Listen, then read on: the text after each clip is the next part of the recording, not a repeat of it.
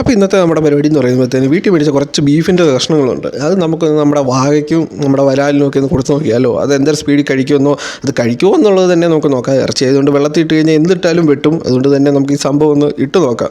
വേണ്ടേ വാഴയും വരാലിനെ കാണിച്ചപ്പോഴത്തേന് തന്നെ അവർക്ക് കൊണ്ടുവന്ന ഫുഡാണെന്ന് അവർക്ക് മനസ്സിലായിട്ടുണ്ട്. രണ്ടും അക്വേറിയത്തിന് മുമ്പിൽ നല്ല ആക്രമണത്തോടെ നോക്കിയിരിക്കുക. നമുക്ക് ആദ്യം നമ്മുടെ നീലവാഴയ്ക്ക് ഇട്ട് കൊടുക്കുക. മാർക്ക് ഇട്ട് കഴിയുമ്പോഴത്തേനും കണ്ടു ഇത് ആ സ്പീഡ് കണ്ടു. ഇത് സ്ലോ മോഷനിലല്ലാതെ ഒന്നും നമുക്ക് മനസ്സിലാകാത്ത പോലുമില്ല. കാരണം അത്രയും സ്പീഡിലാണ് ഇത് ഒന്ന് വെട്ടിക്കൊണ്ട് പോകുന്നത്. രണ്ട് വാഴയാണേലും അത്ര സ്പീഡാണ്. നമുക്ക് സ്ലോ മോഷനിൽ കാണാതെ ഈ സാധനം വെള്ളത്തിലോട്ട് വീഴുന്നൊരു സൗണ്ട് മാത്രമേ നമുക്ക് കേൾക്കാൻ പറ്റത്തുള്ളൂ.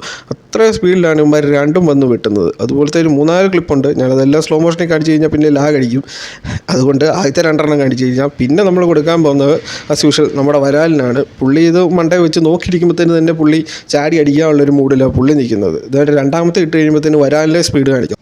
വാഴയുടെ അത്ര സ്പീഡ് എനിക്ക് തോന്നിയിട്ടില്ലെങ്കിലും പക്ഷേ വരാൽ ഒട്ടും മോശക്കാരനല്ല. നോക്കി ഒരൊറ്റ അടിക്കൊക്കെ താഴെ വീണ സാധനം അടിച്ചെടുത്തുകൊണ്ട് പോകുന്നത്.